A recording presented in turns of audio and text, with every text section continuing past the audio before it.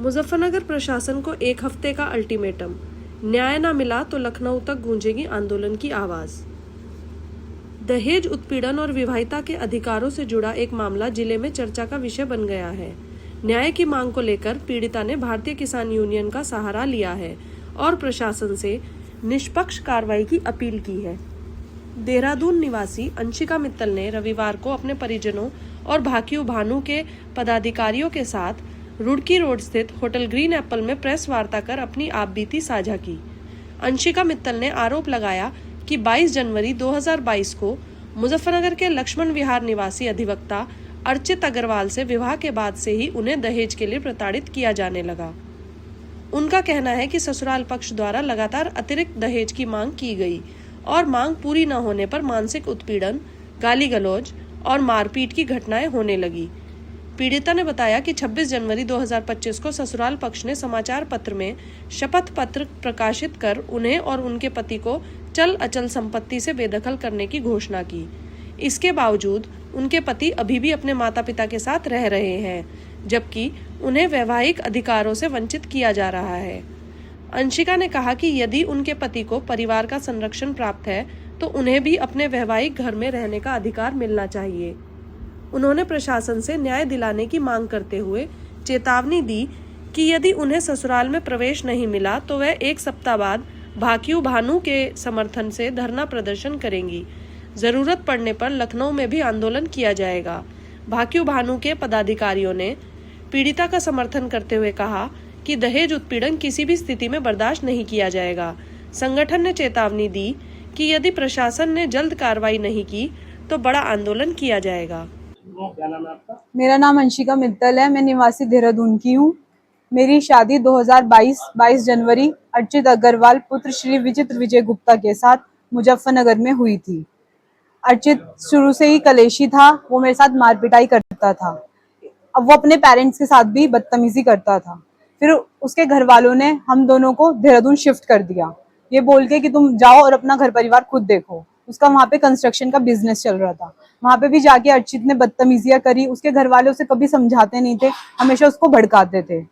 फिर एक दिन उसने मार पिटाई करके मुझे घर से बाहर निकाल दिया। मेरे घर वालों ने बहुत अप्रोच किया, बहुत ट्राई किया उनसे बात करने का, लेकिन उन्होंने कोई बात नहीं करी। फिर लास्ट ईयर उन्होंने 26 जनवरी को अखबार में निकाल दिया कि हम अपनी पुत्र वधू और अपने पुत्र को अपनी संपत्ति से बेदखल कर रहे हैं क्योंकि उनके दोनों के गलत आचरण हैं। फिर अभी भी आज के टाइम तक वो उसको फाइनेंशियली, इमोशनली हर तरीके से सपोर्ट कर रहे हैं। तो मैं तो उसकी वाइफ हूँ ना। जब वो अपने बेटे को एक्सेप्ट कर सकते हैं तो मुझे क्यों नहीं एक्सेप्ट कर सकते? तो मेरी मांग ये है, या तो वो मुझे एक्सेप्ट करें। अगर वो मुझे एक्सेप्ट नहीं कर रहे हैं तो मैं सीएम योगी आदित्यनाथ जी के आवास पर जाऊंगी, लखनऊ, उनसे बात करूंगी। अगर मेरे को वहां पे धरना भी देना पड़े तो मैं धरना दूंगी। कब आपकी शादी हुई थी? 22 जनवरी 2022 में मेरी शादी हुई थी। क्या विवाद शुरू से यही कलेशी था, वो शुरू से ही।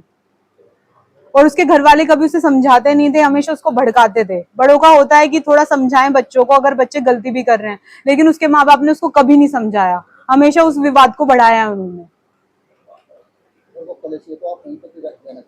सर, मैं चाहती हूँ कि बहुत सारी चीजें हैं कि अगर आपस में बैठ के सुलझाएं या उसके मम्मी पापा उसको समझाएं तो शायद वो चीजें सोल्व आउट हो सकती हैं, क्योंकि वो अपने मम्मी पापा का कहना मानता है। लेकिन अगर उसके मम्मी पापा ही उसको भड़काएंगे तो वो नहीं सुनेगा। किसान यूनियन का साथ दिया है? हाँ जी, मैंने किसान यूनियन को अप्रोच किया है क्योंकि मैंने हर तरीके से ट्राई कर लिया, मुझे कोई कहीं से न्याय नहीं मिल रहा है। तो मैं चाहती हूँ, मैं इनके दरवाजे पे इसलिए ही आई हूँ कि मुझे न्याय मिले।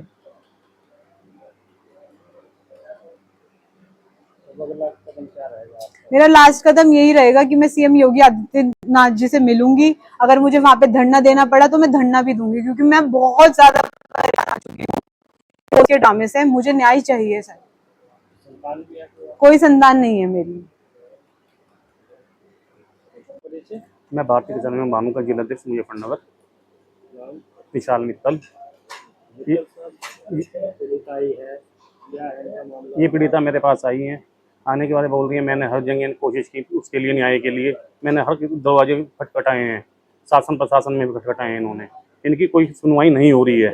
जहाँ भी जाती हैं अगर पुलिस में अटैक करती हैं तो पुलिस को पैसे दे देते हैं। ये कोई इस तरह की बहुत सारी चीज़ें लाइफ में हो रही हैं। ये पेशे से डॉक्टर भी हैं और इनके पति कैरेक्टर लूज हैं, और मैं इन्हें न्याय दिलाने का पूरा आश्वासन दिया है पूरी टीम के साथ। मैं इनके अगर धरना भी देना पड़ा हम लोगों को, हम धरना भी देंगे उनके घर के बाहर।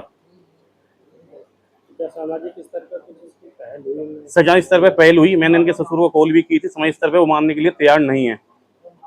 कहते हैं जो होता है कर लीजिए। आप उनके पति को मीडिया के सामने कैरेक्टर लूज बता रहे, तो क्या वो एक्सेप्ट करेंगे फिर इनको इस तरीके से? कैरेक्टर लूज वो खुद बता, उन्होंने तो दोनों को बताया है। उन्होंने कोर्ट केस किया है कि मेरी बहू का भी आचरण खराब है, मेरे बेटे का भी आचरण खराब है। और इनके ससुर ने 40 साल पहले वही उसी कदम पे, नक्शे कदम पे बेटा चल रहा है। 40 साल पहले इनके ससुर ने ही शादी करी थी बगैर डिवोर्स दिए किसी लेडी से। दूसरी शादी करी है इनके ससुर ने भी, उसी कदम पे बेटा चल रहा है। कहने की मैं भी तलाक नहीं दूंगा, दूसरी शादी कर लूंगा। तो किस तरह साथ देगा? मैंने कहा हफ्ते से साथ दूंगा, जिस तरह से साथ दिया जाएगा उस तरह से साथ दूंगा। दरा बिछाने की कोशिश, दरा भी बिछाएंगे उनके घर के बाद। धरना देना होगा धरना भी देंगे।